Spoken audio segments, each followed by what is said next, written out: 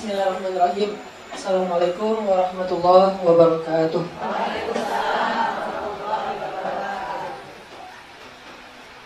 Namanya gini nih. Kirain sedikitan. Masih deg-degan. Biasanya ketemu anak-anak muda, sekarang ketemu calon mertuanya.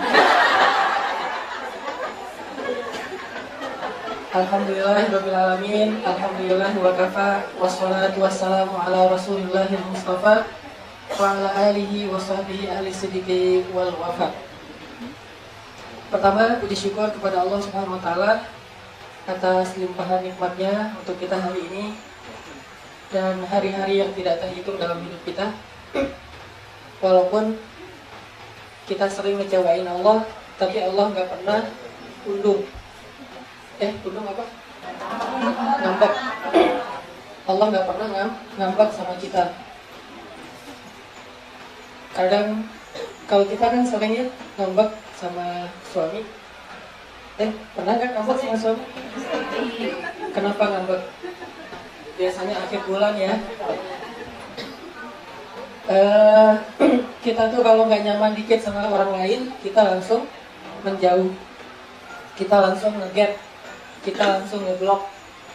Kalau yang senang main di sosial media itu langsung live group, langsung unfollow. Ya, kalau kita nggak nyaman dikit sama orang lain, Allah tuh sering kita bikin nggak nyaman sebetulnya dengan ucapan kita, dengan perasaan kita, dengan kita tuh kalau di dalam analogi manusia tuh sering selingkuh dari Allah, selingkuh dengan makhluk. Kita curhat ke makhluk, Allah nggak dicurhatin. Padahal Allah datang kepada kita nanya, kamu butuh curhat nggak malam ini? Setiap malam, sepertiga malam terakhir, Allah tuh selalu datang untuk ngejapri kita. Allah nggak ngirim pesan broadcast karena kurang personal. Allah kalau sepertiga malam terakhir ngirim pesannya tuh dalam bentuk japrian, langsung ke nomor kita. Masalahnya kita tidur, kita nggak bangun. Apakah malam yang besoknya Allah masih datang? Padahal WA yang kemarin juga belum diread, tapi dikirim lagi sampai ratusan WA nggak read sama sekali. Padahal kita tuh sering buka handphone, tapi WA Allah nggak pernah diread. Allah nggak pernah pun nggak pernah ngambek, nggak pernah putus asa, datang lagi, sampai ketika sekali aja kita nge-read WA Allah, kalau dalam masa amalnya bangun malam terus curhat sama Allah, Allah senang banget sama kita. Ini artinya nggak ada yang lebih maha baik daripada Allah Subhanahu Wa Taala kepada kita. Makanya wajar banget kalau kita bersyukur, dan bersyukur itu sebetulnya hak Allah Subhanahu Wa Taala, kewajiban kita kepada Allah. Ada teman kita ngebantuin kita terus, wajar nggak sih kita berterima kasih? Wajar ya, sekedar ngomong makasih ya, sekedar ngomong gitu doang ya. Ternyata sekali kita ngomong terima kasih, dia tambahin lagi tuh bantuannya, dia tambahin lagi tuh hadiah-hadiah dan kebaikannya. Itulah Allah Subhanahu Wa Taala. Lain syakartum la azidannakum. Ibu-ibu misi sekalian hafal banget ya, masya Allah. Ustazah nih depan saya kayaknya. Oke. Kedua, salawat dan salam kepada Rasulullah SAW yang banyak hal kita bisa belajar dari baginda Rasul, terutama kita belajar bab tawadu. Tawadu itu lawannya sombong. Kalau di Indonesia itu orang sering menggunakan dua istilah yang berlawanan, tapi sebetulnya nggak matching. Misalnya sombong lawannya ikhlas. Padahal ikhlas itu lawannya bukan sombong ya. Ikhlas itu lawannya apa, Bu? Ria. Jadi kalau yang baiknya ikhlas, kalau yang nggak baiknya ria. Sedangkan sombong lawannya adalah tawadu, rendah diri atau rendah hati. Walaupun di sebagian orang dianggap rendah diri itu sesuatu yang nggak boleh, padahal rendah diri itu bagian dari tawadu. Harus rendah diri, harus rendah hati. Sehingga kalau kita udah belajar gimana menjadi seorang yang tawadu, otomatis kita tahu pantangan supaya nggak sombong. Atau sebaliknya, kalau kita belajar hadis-hadis tentang sombong dan kita hindari, otomatis kita menjadi orang yang tawadu. Nah, hari ini kita akan belajar tentang bab sombong dan tawadu dalam kehidupan sehari-hari. Dan saya akan ambil beberapa hadis yang disebutin oleh Rasulullah SAW dan dikumpulkan oleh Imam Nawawi dalam kitab Riyadhus Shalihin tentang larangan sombong dan anjuran untuk bertawadu.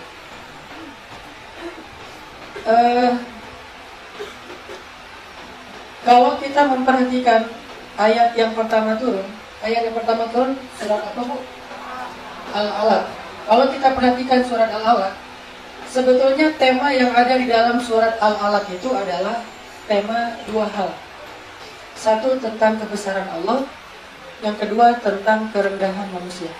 Itu inti dari surat Al-Alaq. Ibu bawa Al-Quran? Nah, yang pakai handphone, coba buka aplikasi Al-Quran, surat Al-Alaq. Apa yang dibicarakan Allah di dalam surat Al-Alaq? Surat 96.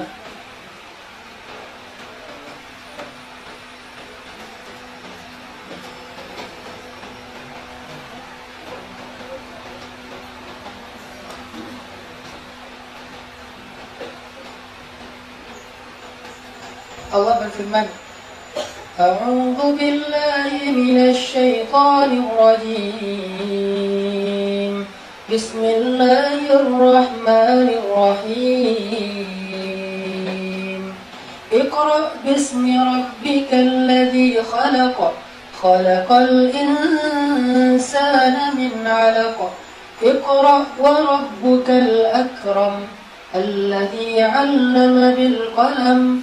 Allamal insana ma lam ya'lam. Bacalah dengan nama Rabbmu yang telah menciptakan manusia dari segumpal darah. Bacalah dan Tuhanmu lah yang maha pemurah, yang mengajarkan manusia dengan Al-Qalam. Dia mengajarkan kepada manusia apa yang tidak mereka ketahui. Ini 5 ayat pertama yang turun kepada Nabi SAW.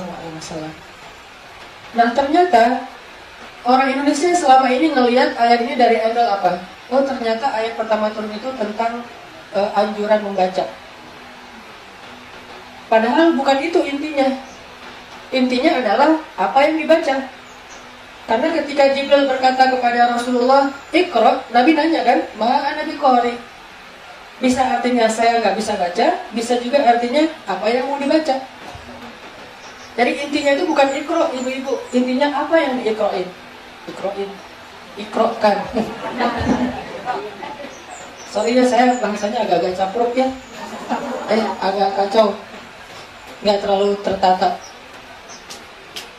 Iqra itu adalah perintah untuk memperhatikan sesuatu. Jadi bukan, lihat. Bukan itu intinya, objek yang dilihatnya apa gitu kan. Jadi bukan, lihat, gua udah ngeliat dari tadi. Enggak gitu kan. Ngomong lah gitu. Udah dari tadi juga ngomong, bukan itu intinya. Tapi apa yang diomongin, apa yang dilihat, apa yang diperhatiin. Dalam hal ini, apa yang dibaca. Jadi perintahnya, Iqra itu sama kayak kita bilang, coba kamu perhatikan. Iqra itu sama dengan disuruh memperhatikan. Cuma dalam bahasa membaca, meneliti, menelaah. Intinya mempelajari. Sehingga kata Allah melalui malaikat Jibril, ya Muhammad Iqra. Coba kita terjemahin. Ya Muhammad baca. Ya Muhammad pelajarilah. Bukan itu yang paling penting, tapi apa yang dipelajari. Kayak misalnya seorang ayah atau ibu ngomong ke anaknya, nak belajar. Ya ini juga lagi belajar. Nah, bisa jadi yang dia pelajari bukan mata pelajaran yang besok mau dibahas di sekolah. Bisa jadi yang dia pelajari bukan mata pelajaran yang mau ujian. Makanya yang paling penting belajar apa nih? Nah, di Indonesia banyak orang melihat ayat tentang Al-Alaq ini hanya dari kata Iqra. Sehingga kesimpulannya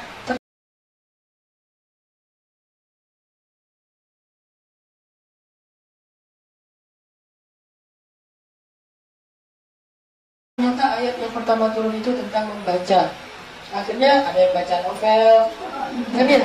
Ada yang baca cerpen, walaupun semuanya juga boleh. Baca novel bagus, baca cerpen bagus. Cuman ada yang paling penting dibaca malah nggak dibaca.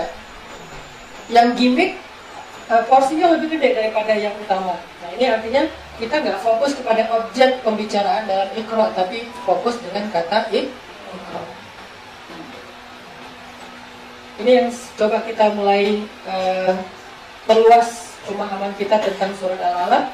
Ternyata surat Al-Alaq itu bukan surat Iqra.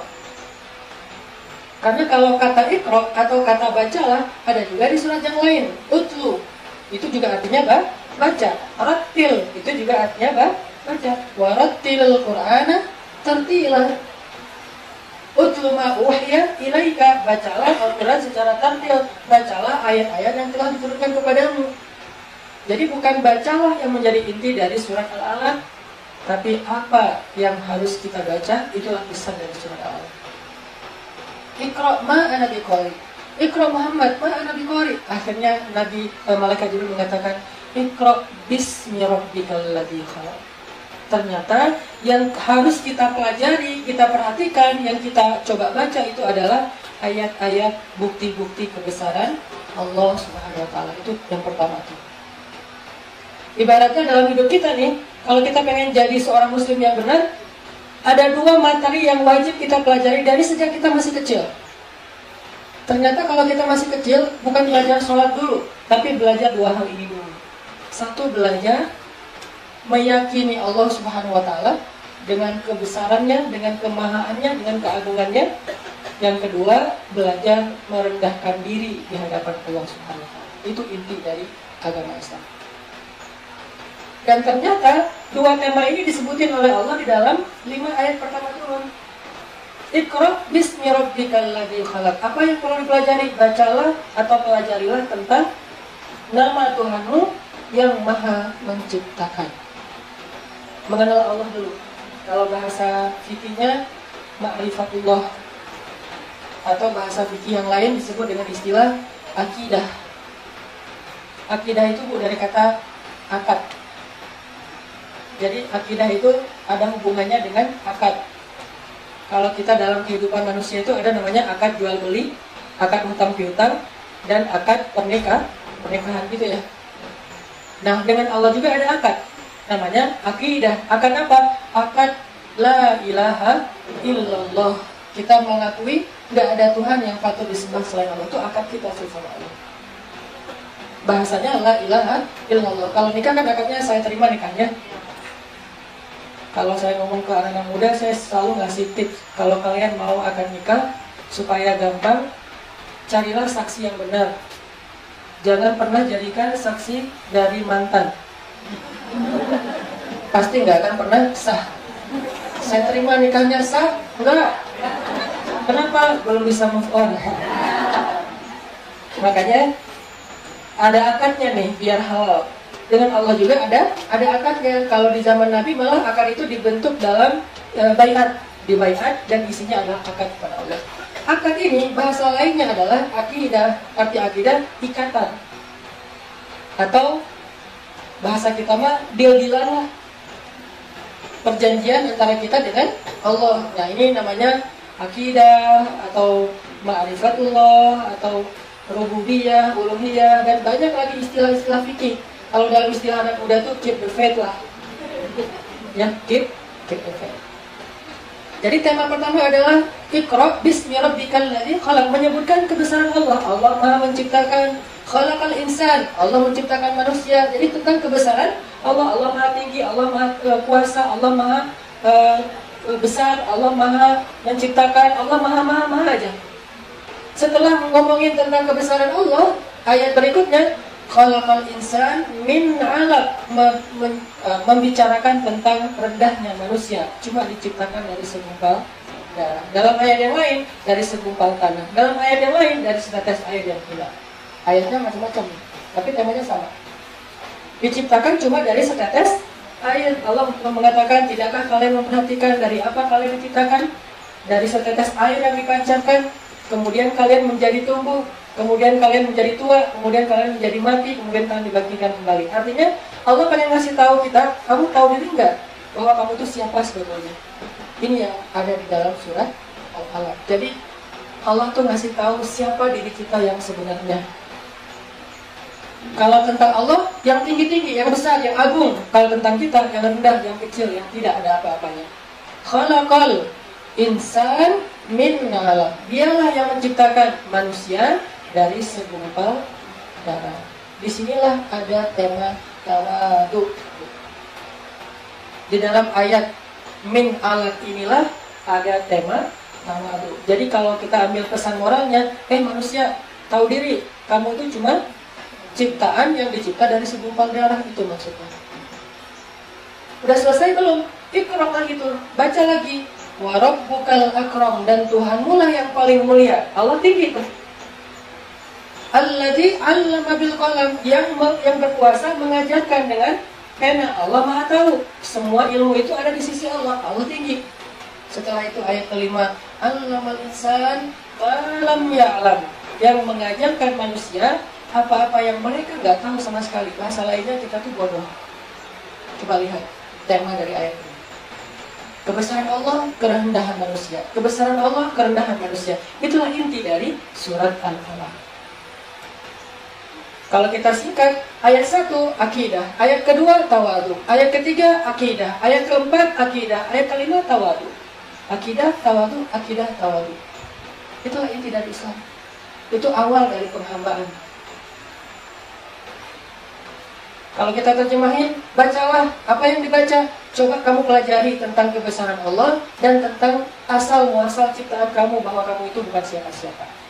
Coba kamu pelajari bahwa dari mana ilmu kamu dapatkan, dari Allah, dan kamu aslinya nggak tahu apa-apa. Jadi benar-benar Allah Maha Agung, saya mah apa itu? Gitu kan? Itu inti dari surat Al-Alaq. Sehingga kata para ulama, ibu-ibu, sifat tawadu itu adalah sifat dasarnya seorang hamba. Sifat wajib bagi seorang hamba itu tawadu. Sedangkan sombong, sifat yang cuma boleh ada pada Allah Subhanahu wa ta'ala.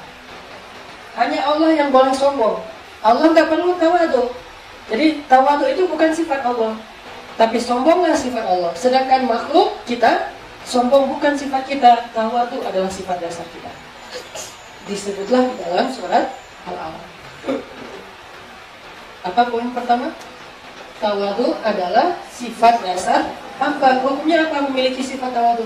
Fardu ain. Semua kita harus belajar tawadu. Pertama tawadu kepada Allah, kedua tawadu kepada manusia. Kalau tawadu kepada Allah rendah diri, kalau tawadu kepada manusia rendah hati. Tetap aja namanya rendah. Gak boleh kita merasa diri kita tinggi. Begitu kita merasa diri kita tinggi sedikit, berarti kita sudah mengambil salah satu di antara sifat Allah yang gak boleh kita ambil, yaitu sombong. Muncullah hadis Nabi, riwayat Muslim. Kata Nabi, tidak akan masuk surga orang yang di dalam hatinya ada sifat sombong, walaupun sekecil zarrah. Gak akan masuk surga orang yang di dalam hatinya ada sifat sombong, walaupun sekecil zarrah.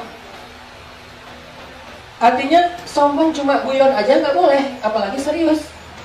Sombong main-main itu nggak boleh, apalagi serius. Jadi kadang-kadang kan kita suka kayak sombong gitu kan, padahal cuma bercanda, cuma guyon, main-main gitu. Misalnya pas baru lahiran anak pertama, anaknya cantik, perempuan, mirip banget sama ibunya, bilang siapa dulu dong ibunya, gitu kan? Suka gitu kan ya? Bercanda sih, cuman ini nggak boleh sering-sering nih kayak gini. Terus apa yang harus kita ucapkan? Kita katakan ini adalah anugerah dari Allah. Barakallah, semuanya juga dari Allah.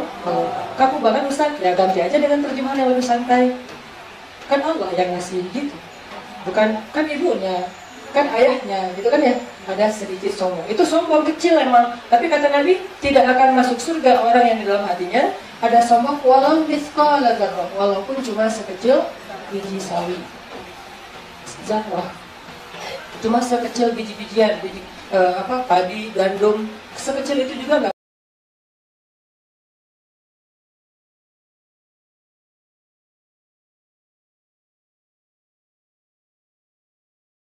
boleh ada sombong. Mana sombong yang kecil? Sombong yang gak sengaja, sombong yang cuma main-main, sombong yang cuma bercanda, kecil kan? Terus gimana Ustaz? Masa kalau gak sengaja kita juga gak akan masuk surga? Langsung istighfar. Begitu muncul sombong gak sengaja, astagfirullahaladzim. Begitu kita sombongnya bercanda, astagfirullahaladzim. Mana pernah Nabi bercanda tapi sombong? Pernah gak? Ketika ada sahabat bilang, ya Rasulullah, sekarang Alhamdulillah saya setelah masuk Islam, hidup saya lebih baik. Siapa dulu dong yang mengajarkan kamu Islam? Pernah ngomong gitu? Gak pernah. Ya Rasulullah, sekarang ibadah saya lebih baik.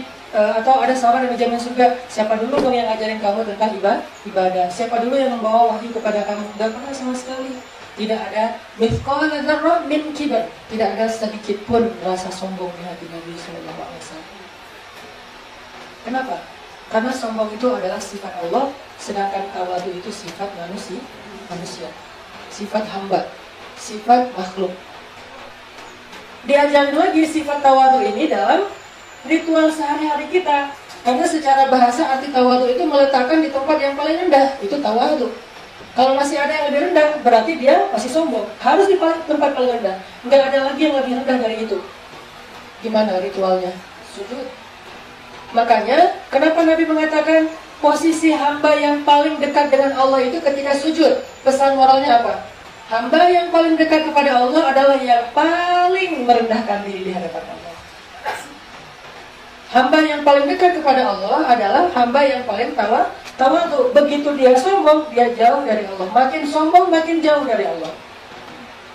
Coba, kalau kita sehari-harinya sombong, berdoa kepada Allah, wajar atau doa kita belum diijabah? Kenapa? Jauh dari Allah, sinyalnya putus-putus.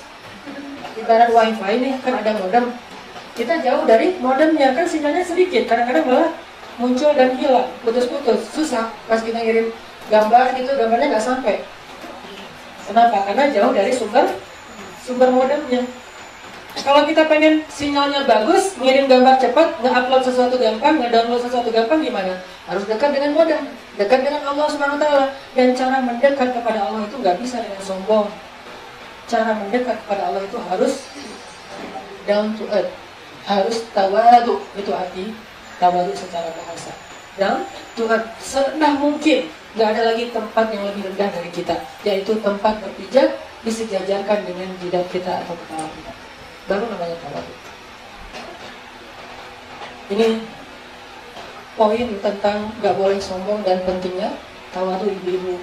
Ternyata ayat yang pertama turun itu bukan ayat Iqra. Karena ayat Iqra mah banyak di Al-Quran dengan bahasa yang lain. Ada Iqra, ada Utlu, ada Waratil, ada lagi yang lain-lain. Ada perhatikanlah, kulsiru, fanzuru, berjalanlah kalian lalu perhatikanlah. Banyak. Cuman apa yang diperhatiin, apa yang dibaca, apa yang ditelaah, apa yang dipelajari, itu intinya. Ternyata yang pertama turun di dalam Al-Quran ayat tentang tema dua, kebesaran Allah, kerendahan manusia. Itu inti dari ayat pertama turun. Sehingga ketika kita pengen dekat kepada Allah, gunakanlah sifat dasar yang wajib bagi kita itu, yaitu sifat tawadu. Makin tawadu, makin dekat kepada Allah. Makin sombong, makin jauh dari Allah Subhanahu Wa Taala. Jadi sifat tawadu itu sifat wajib bagi hamba. Yang namanya hamba harus tawadu. Karena kalau dia sombong namanya bukan hamba, tapi tuan. Tuan itu kan sombong kan, berdirinya tuh membusungkan dada, terus melihatnya dari ujung mata. Sedangkan kalau hamba berdirinya nggak bongkok gitu, terus kalau melihat itu penuh dengan takzim, dengan penghormatan, respect. Ini namanya sifat hamba. Mana ada Bilal di depan tuannya membusungkan dada? Nggak ada, karena itu bukan sifat hamba, bukan sifat budak. Dan kita mah budak kata Tuhan. Kita budaknya Allah, hambanya Allah, Abdullah. Sehingga sifat dari seorang hamba yang wajib itu adalah tawadu, meletakkan dirinya di tempat yang paling rendah.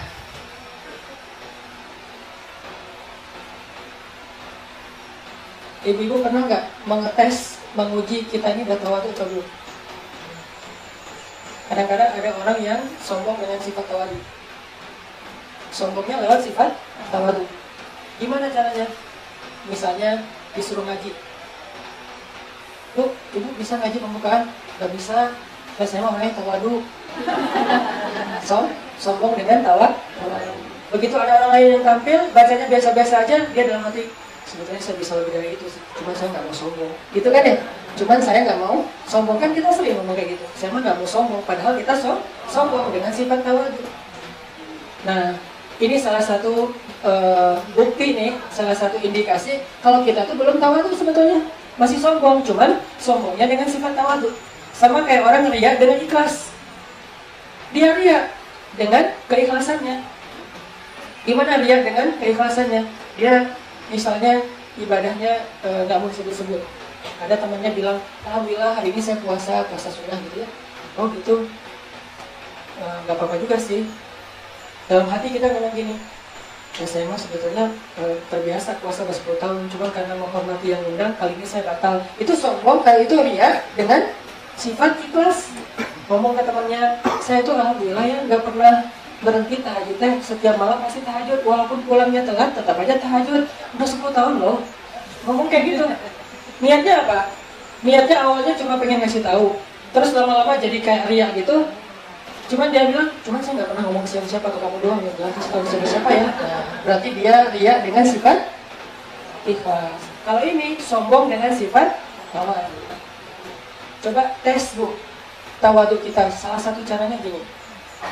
Seberapa gampang kita tersinggung ketika dihina oleh orang lain. Ketika kita gampang tersinggung saat dihina oleh orang lain, berarti kita menganggap diri kita mulia.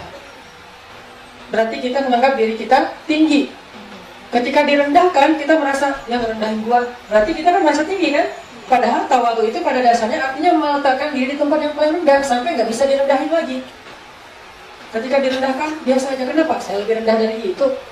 Ketika dihina, dia biasa aja, kenapa? Saya lebih hina dari itu. Berarti dia tawadhunya luar biasa nih. Kalau masih merasa direndahkan, masih nggak rela dihina, berarti kita merasa diri kita tinggi, sehingga diletakkan di tempat yang lebih rendah daripada tempat kita. Ini namanya sombong. Gampang nggak tuh? Susah ya? Makanya kita harus banyak istighfar. Astagfirullah, saya belum tawadhu. Astagfirullah, saya masih sombong. Astagfirullah, saya masih merasa diri saya mulia. Fala tuzakku anfusakum, janganlah kalian menganggap diri kalian mulia.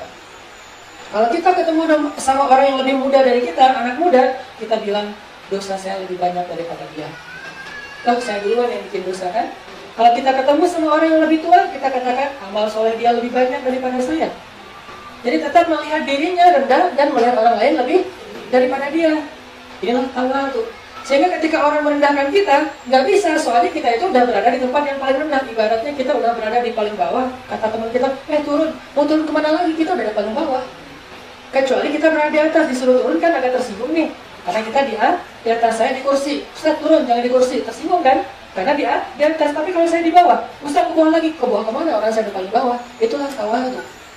Merasa diri yang paling rendah, sehingga udah nggak bisa lagi direndahkan. Itu dari kita, Bu. Dari Allah, kata Nabi, tidaklah seseorang merendahkan dirinya kecuali Allah akan meninggikan dia. Jadi yang mengangkat kita itu Allah. Tu'til mulka man tasha wa tanzi'ul mulka mimman tasha wa tu'izzu man tasha wa tudhillu man tasha. Allah yang tu'izzu, yang meninggikan, yang memuliakan siapa yang Allah kehendaki, bukan kita. Jangan meninggikan diri, biar Allah yang meninggikan. Kalau kita pengen ditinggikan oleh Allah, rendahkan diri. Tapi kalau kita meninggikan diri, Allah rendahkan. Ini yang salah paham di antara kita selama ini. Pengen jadi orang mulia, dihormati orang, akhirnya kita mengangkat diri, Allah akan jatuhkan. Harusnya kalau kita pengen jadi orang yang dihormati, dimuliakan orang lain, kita rendahkan diri, Allah yang akan angkat. Kalau Allah angkat, gak ada yang bisa jatuhkan. Tapi kalau Allah jatuhkan, gak ada yang bisa mengangkat. Ini sifat dasar. Bisa dibilang kata para ulama, ini yang harus dipelajari dulu sebagai seorang hamba, sebagai seorang muslim. Belajar tawadhu di hadapan Allah. Belajar rendah diri di hadapan Allah. Belajar inni faqirun ilaik, saya butuh kepada Engkau ya Allah. Karena kalau seorang hamba gak ngerasa butuh kepada Allah, itu sombong. Nanti muncul ayat setelahnya. Kalla innal insana la yatagha. Sungguh manusia itu akan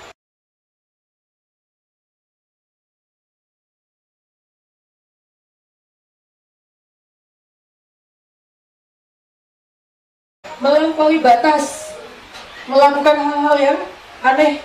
Yang di luar nalar gitu, yang nggak pernah kepikiran. Kenapa bisa kayak gitu? Jawabannya ar-ra'ahu istaghna, ketika dia memandang dirinya serba cukup, sombong.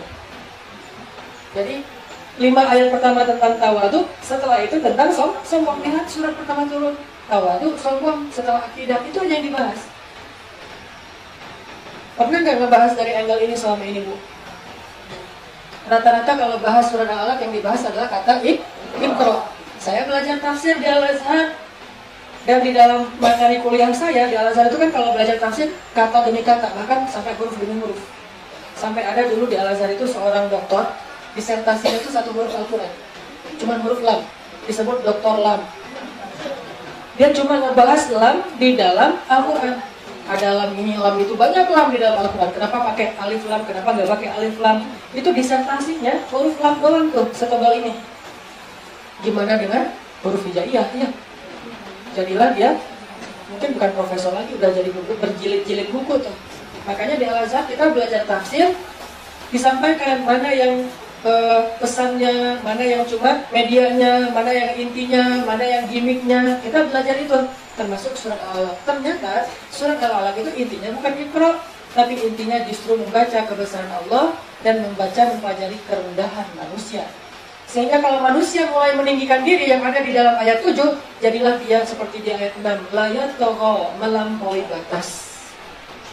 Siapa orang yang jadi ikon la yatgha, melampaui batas? Fir'aun. Idhab ila fir'auna innahu tagha. Pergilah kepada Fir'aun wahai Musa, innahu tagha. Taghut, yatgha itu sama, perubahan dalam grammar doang. Apa arti tagha? Melampaui batas, sombong, angkuh, congkak, diktator, kejam. Kenapa semua itu bisa terjadi? Ketika dia merasa dirinya tidak butuh kepada siapapun. Ketika dia merasa dirinya gak butuh lagi kepada Allah, itu awal dari munculnya kesombongan. Siapa dia yang disebutin di dalam ayat ini? Abu Jahal. Kalau di dalam ayat 6 dan 7 yang disebutin di sini adalah Abu Jahal. Kalla innal insana layatgha ar-ra'ahu istaghna. Ketika dia merasa dirinya serba cukup, gak butuh lagi kepada Allah, gak butuh lagi kepada orang lain, jadilah sombong. Jadilah tagha, melampaui batas. Kayak kita nih, ketika kita merasa harta kita udah berlimpah, jabatan kita berada di puncak, fisik kita sehat, habis general check up, gak ada masalah, kita gak mau lagi dekat sama orang lain. Kita merasa tinggi di depan orang lain. Kalian yang butuh saya. Kepada pembantu, kamu yang butuh saya. Kepada tetangga, kamu yang butuh saya. Kepada orang lain, teman, karyawan, semuanya kita merasa tinggi. Kenapa? Karena kita istaghna, merasa gak butuh lagi kepada orang lain. Gak mau baik-baikan sama orang lain karena gak merasa butuh. Gua gak butuh dia, gitu kan? Tapi begitu kita ngerasa butuh kepada seseorang, kita langsung go to it. Kita langsung japri dia duluan, kita telepon duluan, gak diangkat, gak tersinggung. Orang butuh. Tapi kalau nggak butuh, sekali nggak diangkat langsung tersinggung. Makanya di sini dibahas banget nih. Ketika kita merasa nggak butuh pada Allah. Contoh kayak hidup kita pas lagi normal, doanya juga standar. Rabbana atina fid dunya hasanah wa fil akhirati hasanah, gitu kan? Hidupnya lagi normal nih, nggak merasa butuh sama Allah. Begitu ada masalah, doanya gimana? Ya Allah, gitu kan, nangis-nangis, sampai sujud, sampai segala macam, jungkir balik supaya dikabulkan. Justru kondisi ketika kita merasa sangat butuh pada Allah, itulah saat kita dekat pada Allah, yaitu tawadu, rendah diri, butuh pada Allah, nggak bisa apa-apa tanpa Allah. Cuman masalahnya, bisa nggak sih kita punya sifat itu setiap hari? Jangan pas lagi ada masalah doang. Coba, kapan kita paling dekat sama Allah, Bu? Kapan kita ngerasa paling dekat sama Allah? Pas lagi banyak masalah ya? Pas lagi banyak hutang, lagi masalah dengan pasangan, lagi sakit, lagi ribut dengan orang lain. Itu saat lagi ada masalah, kita kan ngerasa dekat sama Allah kan? Kenapa? Karena kita ngerasa butuh, dan itu tawadu. Tadi saya bilang, sifat manusia tawadu itu membuat dia lebih dekat ke Allah. Sombong membuat dia jauh dari Allah. Begitu hidup kita normal, dan gak ada rasa butuh pada Allah, kita akan jauh dari Allah. Otomatis. Masalah kita selesai, hutang kita terbayar, fisik kita udah sehat lagi, mulai satu persatu amal soleh kita tinggalkan. Tadi rajin tahajud, rajin puasa, rajin sedekah, rajin tilawah, doanya panjang. Begitu nggak ngerasa lagi terlalu butuh sama Allah, berkurang drastis seketika. Bukan kadang-kadang nggak bertahap, Bu. Nggak tahajud dulu, yang lain masih ada, nggak. Kadang-kadang seketika hilang. Kenapa bisa gitu? Karena kita mulai ada rasa istighna. Istighna itu varian dari kibar, dari sombong. Merasa nggak butuh sama Allah. Terus Allah katakan,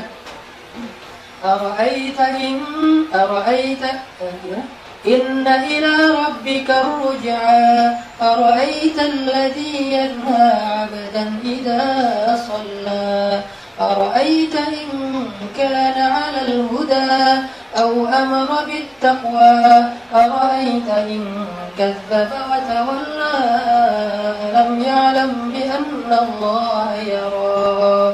Allah nyindir Abu Jahal yang sombong, yang angkuh, yang merasa dirinya mulia. Tahu nggak, Bu, kenapa Abu Jahal nggak mau beriman kepada Muhammad? Apakah dia nggak ngerti Islam?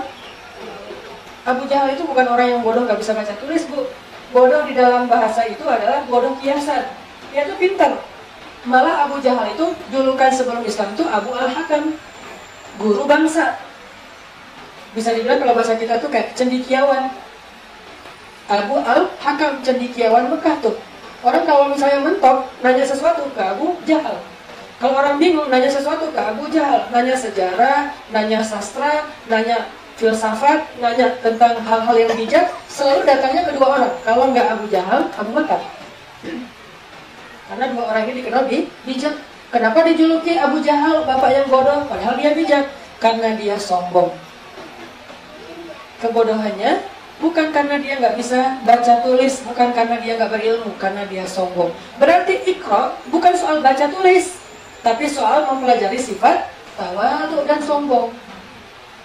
Bahkan Nabi sampai akhir hayatnya nggak bisa Iqra. Kalau diterjemahin baca tulis, Nabi itu nggak bisa baca tulis.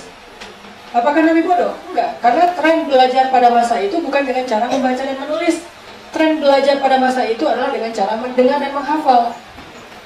Kan setiap zaman itu trennya berubah-ubah kan. Kalau sekarang kita mendengar dan menghafal itu susah. Hafal Quran aja, Al-Ikhlas kadang-kadang suka. Oke lah kalau Al-Ikhlas masih mending. Al-Kafirun tuh surat paling panjang ya. Kenapa paling panjang? Kalau dibaca gak khatam, muter. Ini ujungnya mana ya? Muter terus kan ya. Al-Kafirun doang gitu. Kenapa? Karena di zaman kita trennya bukan menghafal, tapi pakai gadget, tinggal download. Jadi orang yang dianggap sekarang jadul tuh orang yang gak punya aplikasi download kayak gitu, gak punya Play Store di handphonenya. Handphonenya jadul banget misalnya. Di zaman Nabi, trennya bukan download, bukan baca, bukan tulis, mendengar langsung menghafal. Dan Nabi hafalannya emang dahsyat. Jadi Nabi itu pintar, cuman nggak pakai tren kita. Bukan pintar baca, bacanya cepat, nulisnya bagus, ngetik di komputernya cepat gitu 10 jari. Bukan itu tren belajar pada masa Nabi. Berarti kalau kita lihat kata Iqra dari angle sejarah, kesannya bukan baca tulis. Kecuali ngelihat Iqra dari angle kekinian, baru baca tulis. Sedangkan dalam angle sejarah, Iqra itu bukan baca tulis, pelajarilah. Terus apa? Tadi kebesaran Allah, kerendahan manusia, itu intinya. Karena kalau manusia tidak tawadhu, pasti dia akan menentang dan menolak kebenaran. Abu Jahal itu nggak mau masuk Islam bukan karena nggak ngerti agama. Bahkan Abu Jahal itu lebih ngerti Al-Quran daripada kita, Bu. Lebih ngerti. Iblis lebih ngerti Al-Quran daripada kita. Tapi apa yang membuat iblis jadi durhaka kepada Allah, nggak mau sujud kepada Adam? Aba wastakbara, dia enggan karena dia sombong. Dia enggan karena dia sombong. Itu kan ayatnya. Apakah iblis itu orang bodoh? Iblis itu pintar banget, Bu. Pernah jadi selebgram. Followersnya tuh banyak banget iblis teh. Dia tuh ibadahnya luar biasa. Iblis itu kan dari golongan apa? Jin. Namanya iblis. Bangsanya jin. Kayak kita, namanya Hanan. Bangsanya manusia. Sukunya Aceh, tinggalnya Bandung. Jadilah sekarang sok-sok Sunda gitu ya. Tapi alhamdulillah saya ngerti bahasa Sunda. Udah 10 tahun di Bandung. Udah jadi orang Sunda. Sundais. Sudah bisa nyebut Ais. Kalau dulu nyebutnya bukan Ais, Bu. Ais.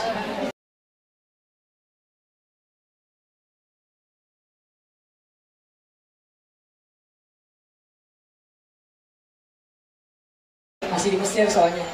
Kan panggilan Nabi kepada Aisyah tuh Ais, sampai di Sunda Elis. Iblis itu Bu, salah satu tokohnya jin.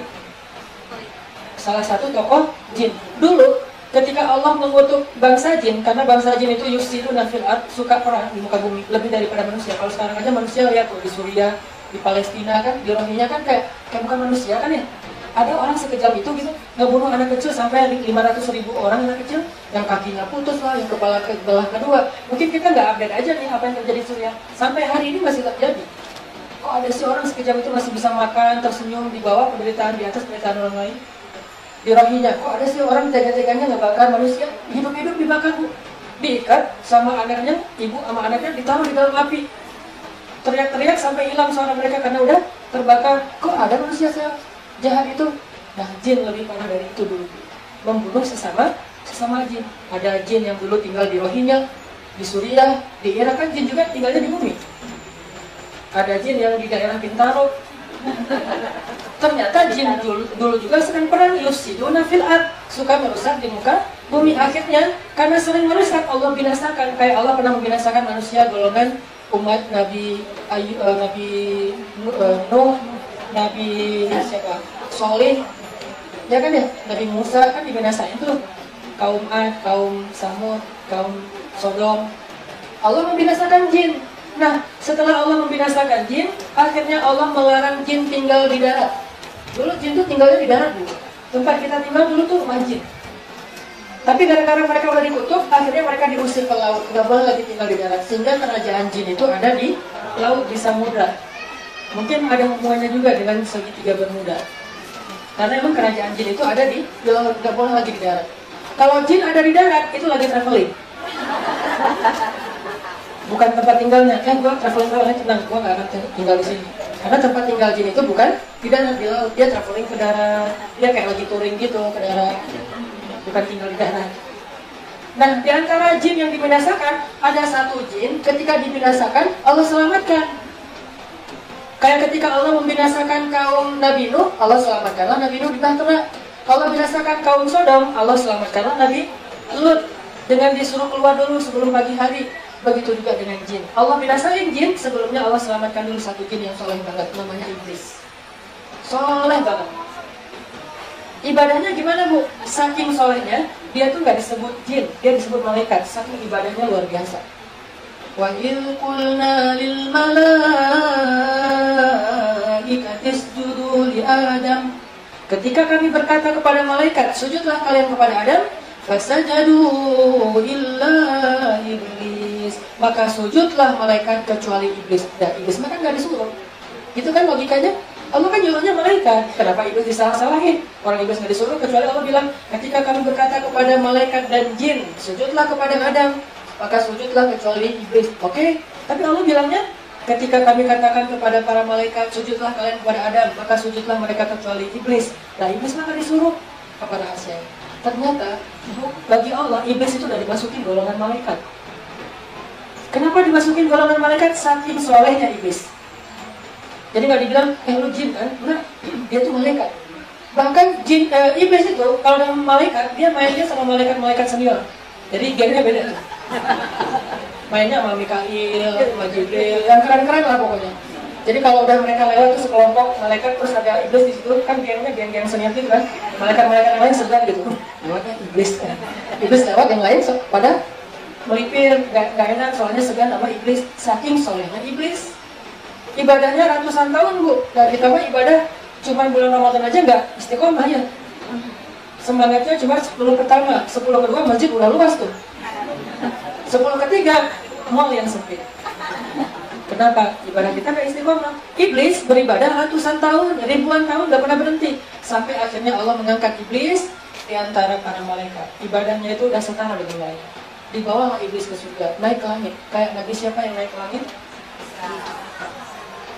Oke, siapa lagi? Nabi Isa diwafatkan dinaikkan ke langit tapi belum wafat. Ini ada Nabi yang diwafatkan di langit. Iblis. Satu-satunya manusia meninggalnya di langit dan kuburannya di langit. Kita kan meninggalnya di di bumi, ada yang di laut, ada yang di udara, ada yang di darat gitu. Kalau Idris meninggalnya di langit. Mau meninggal aja terbang dulu, pakai bisnis kelas terbang. Meninggalnya harus di langit dan dimakamkan di langit. Idris. Manusia ada yang kayak gitu. Isa diangkat ke langit dan belum diwafatkan, nanti diturunkan lagi. Iblis pernah digituin, naik ke langit, tinggal di surga. Terus kenapa tiba-tiba diusir dari surga, dikutuk pula? Yang tadinya keren, iblis tuh wajahnya good looking banget lah pokoknya. Kalau iblis posting sesuatu, wah keren ya, ganteng ya, pada gitu iblis. Kan seganteng-gantengnya jin itu adalah iblis. Ganteng banget, gagah gitu. Rambutnya gondrong segini, terus ya janggotan tipis gitu. Masa saya sama iblis? Iblis tuh ganteng, Bu.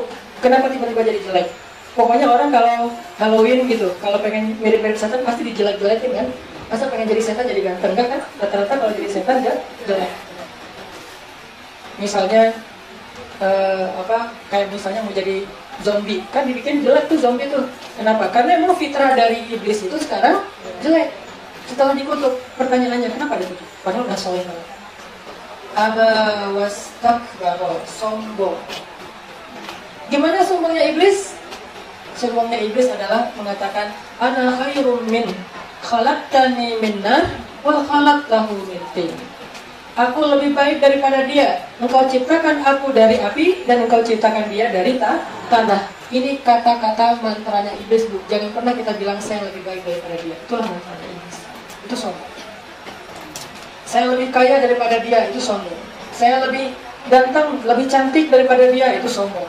Saya lebih berkuasa daripada dia, itu sombong. Kalau kita udah kena penyakit ini, langsung Allah mengusir kita, bahkan khatamallahu ala qulubihim, menutup hati mereka. Ini bahaya.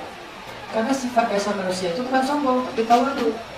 Harusnya dia nggak ngomong saya lebih baik daripada Adam, tapi sujud aja, karena Allah yang menentukan siapa yang lebih baik. Inna akramakum indallah atqakum, yang paling mulia di antara kalian di sisi Allah, yang paling bertakwa, bukan yang diciptakan dari api atau tanah.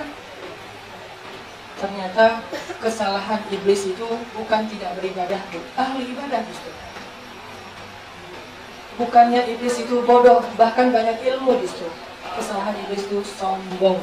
Dia mengambil salah satu sifat Allah yang harusnya tidak boleh diambil oleh makhluk. Bisa dibilang sombong itu kalau diibaratkan oleh Nabi, salah satu di antara dua helai kain ihramnya Allah. Laki-laki kan pakai kain ihram dua helai ya. Nah, salah satu di antara kain ihramnya Allah itu adalah sifat sombong. Siapa yang mengambil kain itu, berarti dia telah menghina Allah. Ibaratnya mengambil kain ihram berarti kan menghina orang yang lagi pakai kain ihram, terbuka auratnya kan. Siapa yang mengambil sifat sombong, berarti dia mencela Allah Subhanahu wa taala. Nggak boleh sama sekali. Nah, apa bentuk sombongnya? Satu, bentuk sombongnya merasa diri kita lebih baik daripada orang lain. Ana khairum min. Abu Jahal tuh kayak gitu. Apakah Abu Jahal nggak ngerti Al-Quran? Ngerti banget. Terus kenapa kok dia nggak beriman? Sombong. Apa yang disombongin Abu Jahal? Dia merasa derajatnya lebih tinggi daripada Muhammad. Itu Abu Jahal. Dia ngerasa bahwa saya kan tuan kabilah saya, tuannya satu klan. Jadi kepala suku itu Abu Jahal. Sedangkan Muhammad orang biasa, bukan kepala suku, walaupun bukan budak. Masa orang biasa mau mendakwahi kepala suku, terus tiba-tiba kepala suku jadi umatnya, jadi pengikutnya, nggak mau males. Abu Jahal itu nggak mau follow Muhammad. Kenapa nggak mau follow? Kan saya lebih senior daripada Muhammad, masa saya follow dia? Dia aja yang follow saya dulu, nanti saya fall back gitu. Jadi Abu Jahal itu sombong, itu masalahnya, bukan nggak ngerti Al-Quran. Bahkan kalau ibu-ibu baca surat An-Najmi, Nabi pernah lagi baca Al-Quran surat An-Najmi, Abu Jahal dengerin. Dengar, pas sudah lama-lama dengar, akhirnya Abu Jahal menangis saking dia tersentuh dengan bacaan surat An-Najmi. Berarti dia ngerti. Lalu ayat terakhir dari surat An-Najmi itu ayat sajadah, disuruh sujud. Abu Jahal nggak sengaja sujud. Coba, Nabi lagi baca An-Najmi, pas sampai di ayat terakhir fasjud, maka Abu Jahal juga sujud. Pas Abu Jahal sujud, Nabi senang banget, dikira Abu Jahal udah masuk Islam. Akhirnya Nabi mendekat kepada Abu Jahal mengatakan, ya Abul Hakam, apakah kamu sudah masuk Islam? Dia bangkit, dia sadar, enggak, saya tersihir, dia pergi. Berarti kan secara alam bawah sadar, dia tuh mengakui kebenaran Islam, mengakui indahnya Al-Quran. Cuman pas dia udah sadar, muncul lagi sombongnya, dia menuduh dia itu tersihir, sombong. Sehingga ketika Nabi mengatakan hadis tadi, hadisnya panjang, kata Nabi, tidak akan masuk surga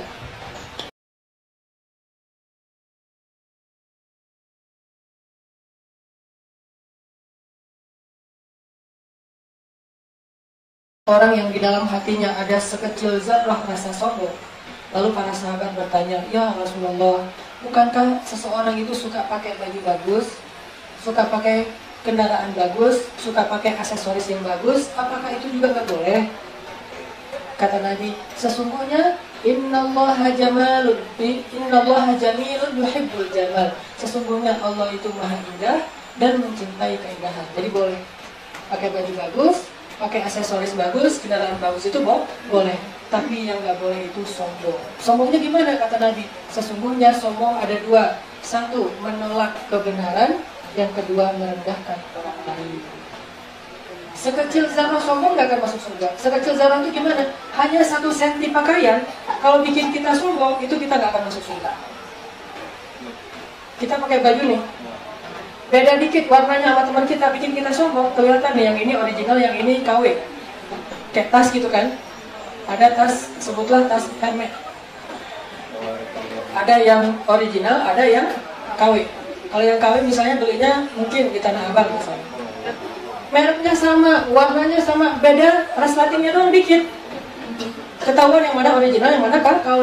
Wah, ketahuan KW, nggak mau deket-deket lah. Gak saya mah bawahnya yang original.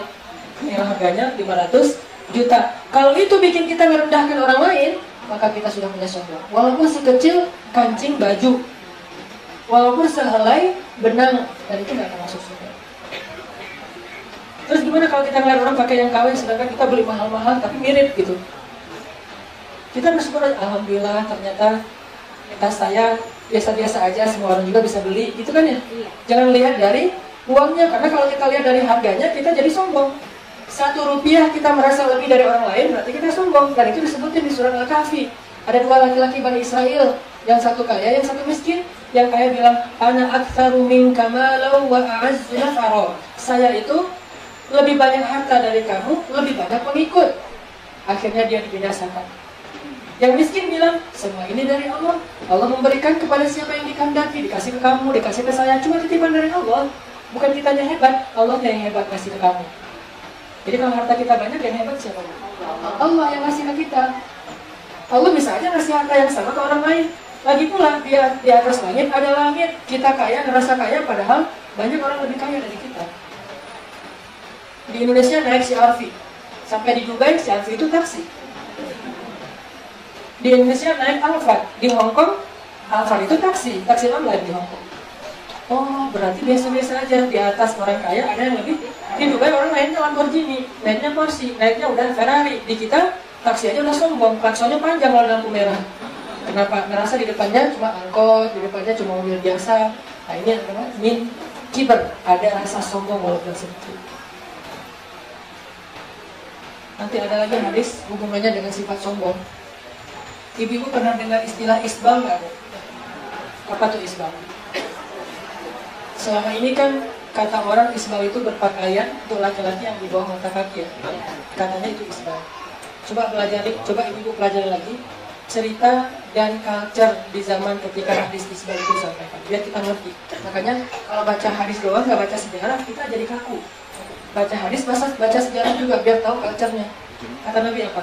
Tidak akan masuk surga laki-laki yang memakai pakaian di bawah mata kaki atau isbal. Tidak akan masuk surga. Ini senada dengan hadis tidak akan masuk surga orang yang di dalam hatinya ada sombong walaupun sekecil zarah. Apa pesan dari hadis isbal? Ternyata hadis isbal itu bukan soal ukuran pakaian. Coba baca lagi sejarahnya. Di zaman dulu orang Arab membedakan kaya dan miskin dari ukuran pakaian. Kalau orang kaya pakai jubahnya di bawah mata kaki, orang miskin pakai jubahnya di bawah lutut, saking nggak bisa beli kain. Sehingga ketahuan status sosial itu dari pakaian. Oh ini orang miskin, ini budak, oh ini orang kaya. Jadilah orang kaya itu menyombongkan diri dengan jubah-jubahnya yang di bawah mata kaki dulu. Sekarang berubah. Orang miskin juga kalau pakai celana jeans keinjak-injak ya. Berarti yang membedakan status kaya dan miskin sekarang itu bukan ukuran pakaian, tapi brand. Maka hadis isbal kalau diterjemahkan ke dalam konteks kita sekarang bukan lagi ukuran pakaian. Sombong gak tuh dengan pakaian tersebut, brandnya. Misalnya dia pakai jam tangan yang harganya sekian, dia pakai baju yang harganya sekian, dia pakai celana. Kalau brand itu bikin dia sombong dan merendahkan orang lain, itu isbal. Sehingga dia tidak akan masuk surga. Pakaian, kendaraan, rumah, terus nanti kartu di dalam dompetnya ada yang gold, ada yang silver, ada yang apa misalnya. Kan itu bisa bikin seseorang sombong kan? Kalau dia menyombongkan diri, sepatu gitu keluar, paling suka beli gitu, yang lain kok di Indonesia juga belum ada, saya udah punya. Kalau karena dia beli itu nyaman, nggak masalah. Innamal a'malu binniyat. Tapi kalau dia beli itu pengen nunjukin bahwa saya punya yang online belum bisa, berarti dia sombong. Itu isbal. Dulu iPhone 7 belum ada di Indonesia, dia udah beli. Belinya di mana? Belinya di luar negeri. Sehingga pas dia ke arisan gitu, ketemu teman-temannya pada naruh Samsung biasa, tadi dia mah iPhone 7. Wah, beli di mana? Beda dong, di luar negeri. Di Indonesia belum ada loh yang gini-gini. Nah, muncul isbal, sombong.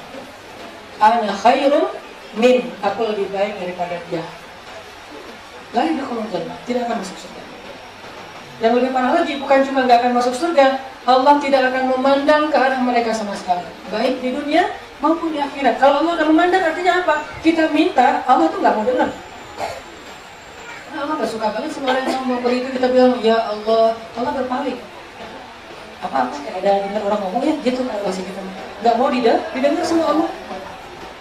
Tapi kalau kita tawadhu, ya Allah, ada apa hambaku? Ini qarib, aku itu dekat kepada kalian. Kalau kita tawadhu, tapi begitu kita sombong, Allah berpaling. Bara'atum minallah, pembukaan surat At-Taubah. Allah berlepas tangan, nggak mau dekat-dekat sama orang yang sombong. Makanya kalau kita baca pembukaan dari surat At-Taubah itu, Allah baroahnya ke siapa? Pada orang-orang yang sombong. Orang yang sombong itu siapa? Orang-orang yang menentang Nabi karena mereka merasa lebih baik daripada Muhammad. Bani Israel, orang Yahudi di zaman Nabi, Bu, kenapa nggak mau beriman kepada Muhammad? Namanya mereka nggak tahu tentang kedatangan Muhammad. Tahu banget. Malah mereka yang udah sering posting tentang Muhammad. Mereka tuh udah sering mention loh, @Muhammad tuh udah sering. Nanti akan datang Nabi terakhir, @Muhammad. Mereka tuh udah sering ngomongin di antara mereka, jadi kayak trending topik di antara Bani Israel orang Yahudi, bahwa akan ada Nabi terakhir dengan ciri-ciri tertentu. Dan ciri-ciri itu yang tahu cuma orang Yahudi, Bu. Orang Islam atau orang Arab nggak tahu ciri-ciri itu. Kita tahunya setelah Nabi ngasih tahu. Dulunya orang Arab nggak tahu, padahal mereka tinggal sebagai tetangganya calon Nabi, tapi mereka nggak tahu kalau itu calon Nabi. Orang Yahudi baru kali sekali tahu, oh ini calon Nabi. Pas Nabi lagi bawa barang dagangan Abu Thalib ke Syam kan, lalu Nabi istirahat di bawah sebuah pohon. Itu namanya pohon Anbiya, pohon para Nabi. Kenapa dikasih nama pohon para Nabi? Karena kalau Nabi berteduh di bawah pohon itu akan miring. Dia akan ngasih naungan kepada Nabi. Kalau kita mau uji kita Nabi benar atau Nabi palsu, pergi aja ke pohon itu. Jangan-jangan pas kita datang pohonnya tumbang ya. Benar-benar Nabi fake. Bukan akun dong yang fake sekarang, Nabi juga fake. Ditemukan seorang Nabi katanya di Bandung, dekat rumah saya di daerah Kungkur. Nabi buat para pedagang sayur. Pedagang sayur itu jadi umatnya tuh. Ada sekitar 50 orang pedagang sayur udah mulai masuk pada agamanya Nabi itu dan jadi umatnya. Terakhir dia diamankan oleh polisi, Nabinya di penjara, umatnya bubar. Balik lagi kepada Islam. Pas Nabi Muhammad berteduh di bawah sebuah pohon, dilihat sama orang Yahudi, wah, udah lama pohon ini nggak nunduk. Sekarang nunduk, siapa di bawahnya? Berarti dia calon Nabi.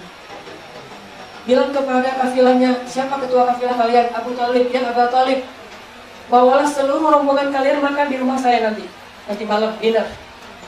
Siap. Malamnya datang, Nabi Muhammad tidak dibawa. Kenapa? Nabi Muhammad anak kecil, gak usah ikut-ikutan. Pas lagi dinner, si pendeta ini nyari-nyari, mana yang tadi saya lihat anaknya. Kok nggak ada? Ya Abu Thalib, adakah seseorang yang kamu tinggalkan nggak dibawa? Kata Abu Thalib, ada, tapi dia cuma anak kecil. Nggak boleh bawa semuanya. Pas dibawa, dilihatlah aura wajahnya, diperhatikan punggungnya, ada tanda kenabian, maka laki-laki ini mengatakan dia itu calon Nabi. Segera bawa pulang, kalau ketahuan sama orang Yahudi, dia akan dicelakai, dibunuh. Berarti, orang Yahudi itu udah tahu kenabian Nabi Muhammad sebelum beliau dapat wahyu, coba. Terus kenapa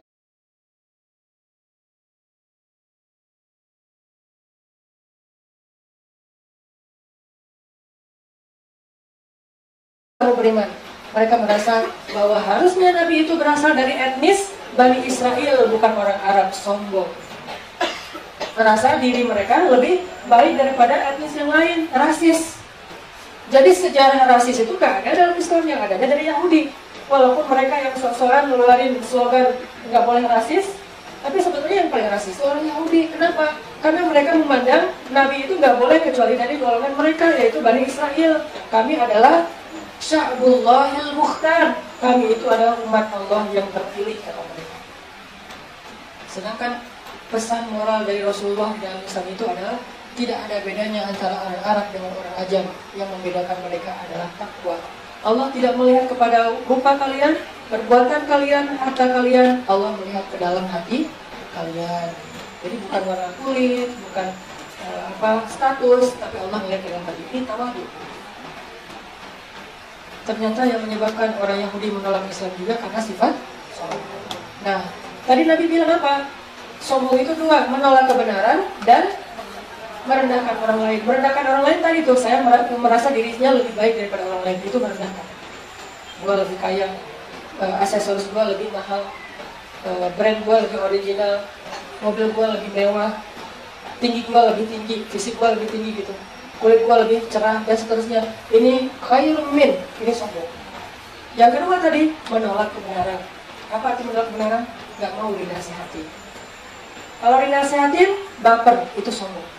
Seolah-olah kalau kita dinasihati, kita direndahkan. Padahal menasihati itu bukan merendahkan, dua hal yang berbeda.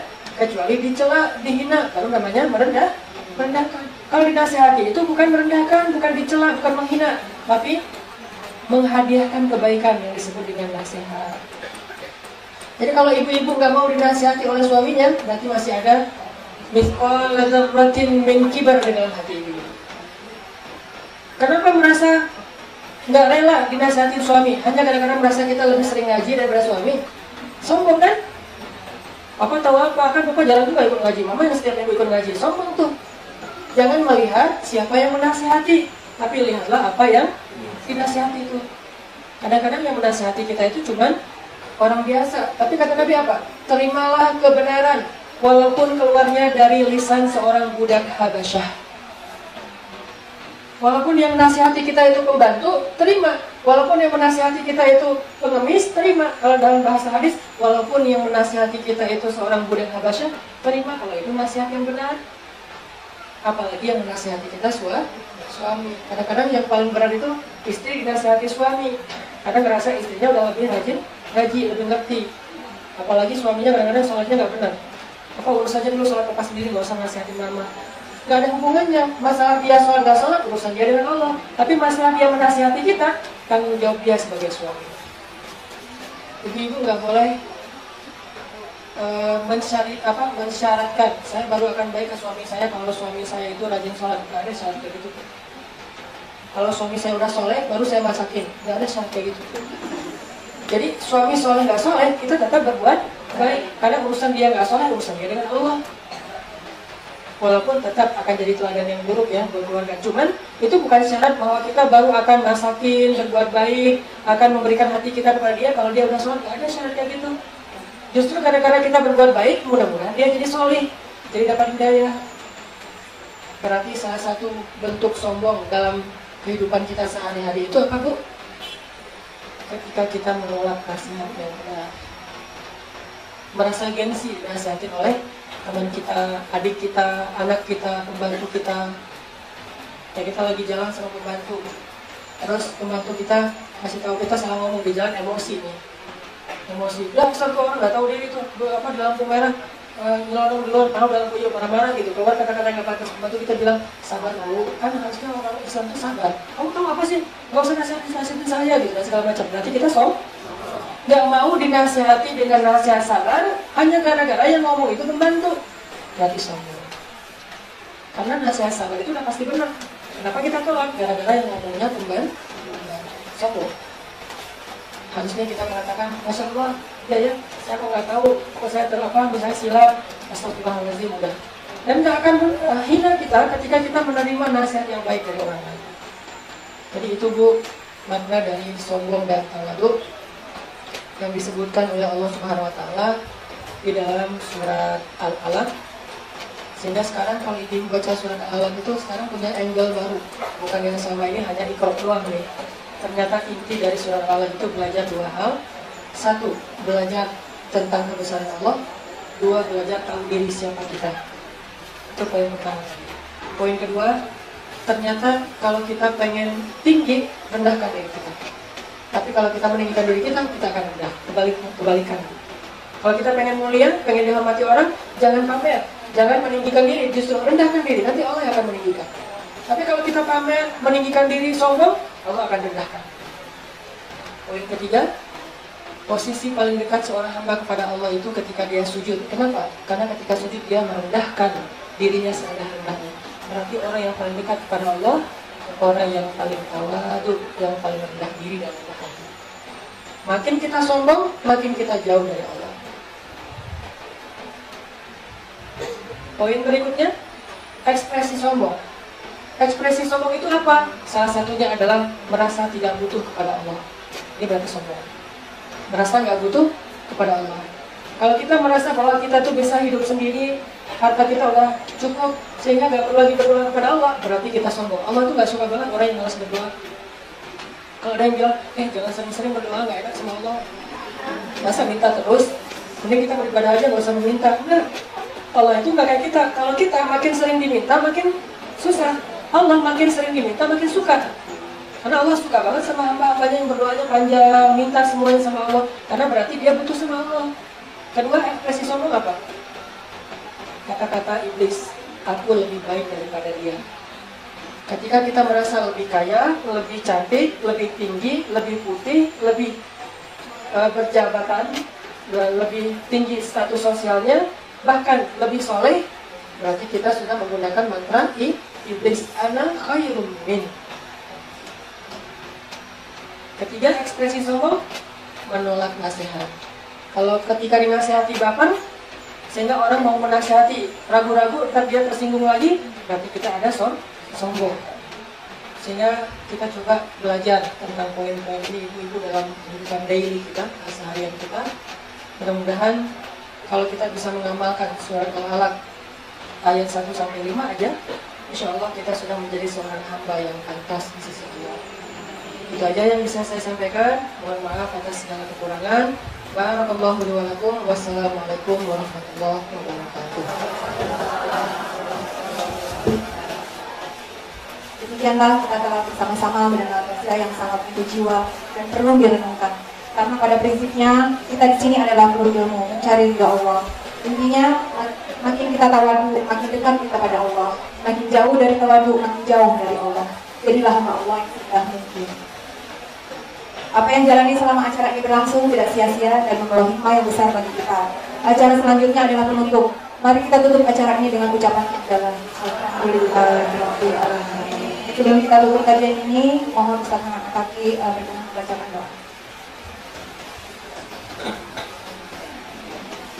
أعوذ بالله من الشيطان الرجيم بسم الله الرحمن الرحيم الحمد لله رب العالمين حمدا يوافي نعمه ويكافئ مزيده يا ربنا لك الحمد كما ينبغي لجلال وجهك الكريم وعظيم سلطانك اللهم صل وسلم وبارك على سيدنا محمد وعلى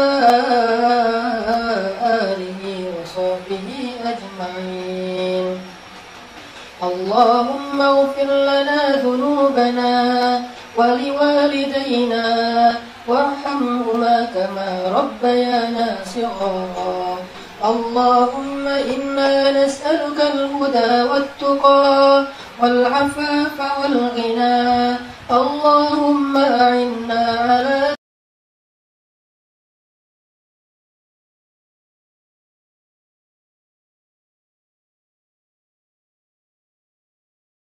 ذكرك وشكرك وحسن عبادتك ربنا آتنا من لدنك رحمة وهيئ لنا من أمرنا رشدا واجعل لنا من كل ضيق مخرجا ومن كل هم فرجا ومن كل عسر يسرا. اللهم إنا نسألك علما نافعا وقلبا خاشعا ورزقا حلالا طيبا وعملا متقبلا. ربنا هب لنا من الصالحين ربنا هب لنا من أزواجنا وذرياتنا قرة أعين واجعلنا للمتقين إماما. ربنا إنا نسألك رضاك والجنة ونعوذ بك من سخطك والنار. اللهم حبب إلينا الإيمان وزينه في قلوبنا وكره إلينا الكفر والفسوق والعصيان واجعلنا من الراشدين. ربنا آتنا في الدنيا حسنة وفي الآخرة حسنة وقنا عذاب النار.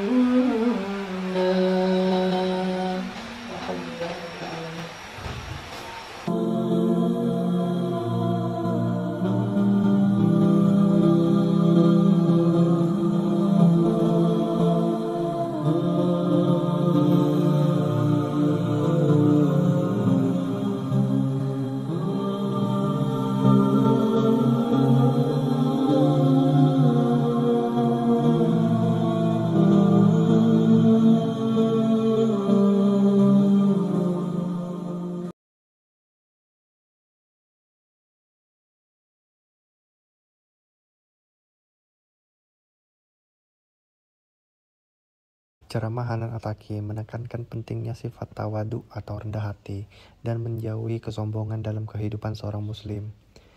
Ia mengingatkan bahwa meskipun manusia sering mengecewakan Allah, Allah tetap selalu memaafkan dan memberi kesempatan untuk mendekat kepadanya, terutama melalui ibadah di sepertiga malam.